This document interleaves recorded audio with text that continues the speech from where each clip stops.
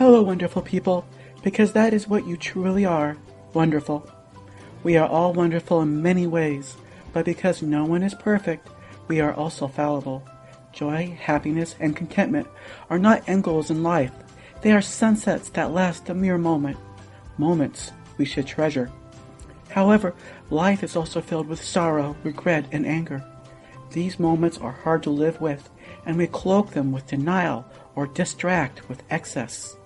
But they contrast the positive moments, making them all the sweeter. Lastly, there are the moments of understanding, like when I should have had a clue that I was different. I'm Tobie, and this is my story, a long story short. My earliest memory of being different was when I was in daycare.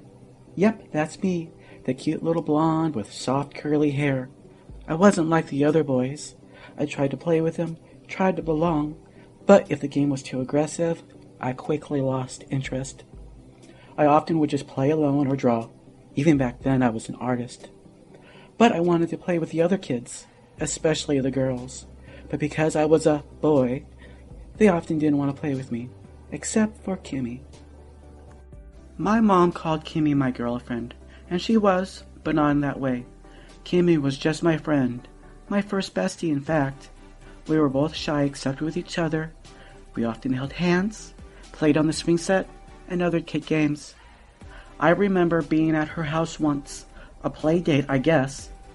I thought she had the best toys, but she snatched them out of my hands and said, "No, girls only." In their bathroom, the tub was filled with girl bath toys.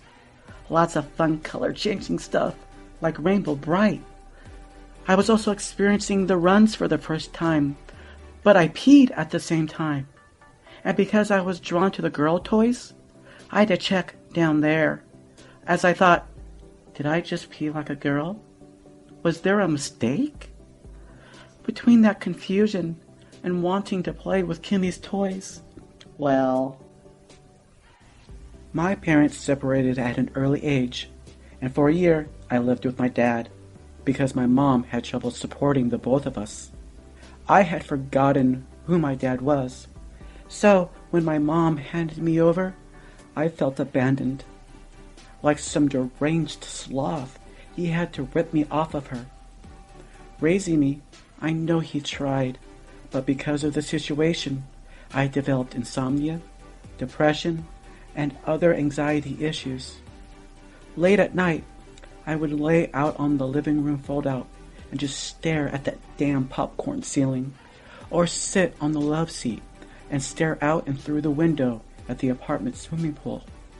The pool's underwater lights lit up the pool magically. I would stare longingly at that magical portal, longing to return home to my mom. One day, my dad decided to teach me to swim, but did so by throwing me into the deep end against my will, just like his dad did to him. I wasn't buoyant because of no body fat, so I nearly drowned. I remember gulping in water while the panic and helplessness took hold. I barely thrashed my way to the pool edge, coughing and sputtering. He didn't even try to rescue me. He just stood there with his clothes on and said, "You really are hopeless. I guess I'll just have to pay for lessons then." To this day, I still have issues with water going over my head. During those lessons, I learned about body shame in front of strangers. The boys in the locker room were making comments, and so I felt unsure and embarrassed about my body. So I waited for the other boys to finish and leave, so I could change into my trunks. When I came out to the pool, the entire class was waiting on me. Luckily, once I was in the shallow end of the pool, the water covered up my embarrassment.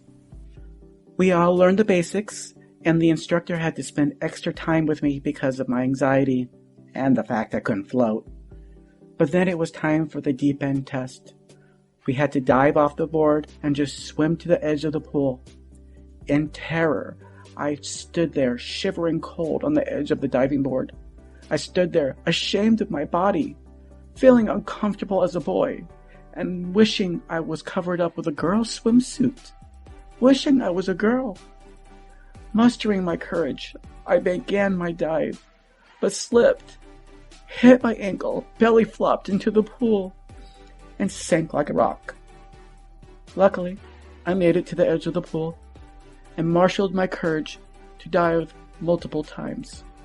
I was determined not to let my fear control me.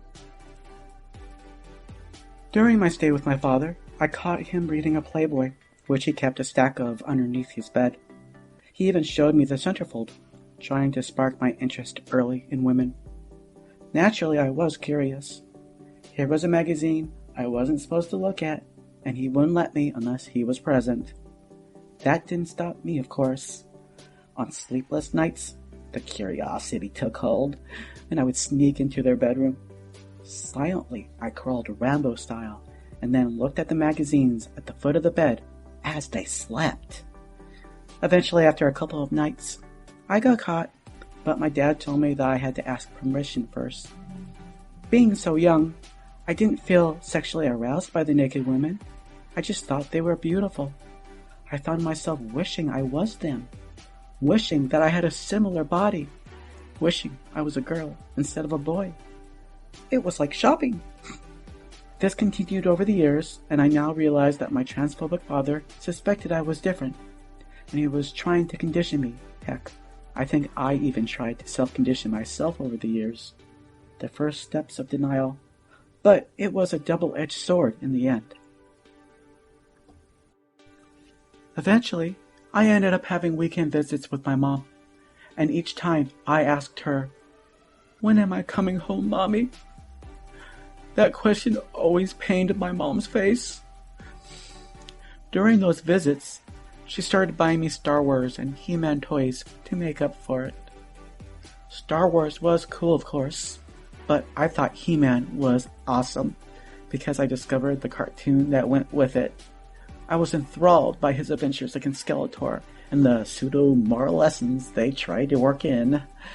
I occasionally found myself fascinated with Teela and kind of wanted to be the sorceress. Then She-Ra came along, with her adventures against Hordak and his legions. And while some of the characters were questionable, I loved She-Ra, and I found myself wishing I had her sword to transform. I never once thought about being He-Man, but to fight alongside him as She-Ra? Well, she was beautiful, powerful, and intelligent.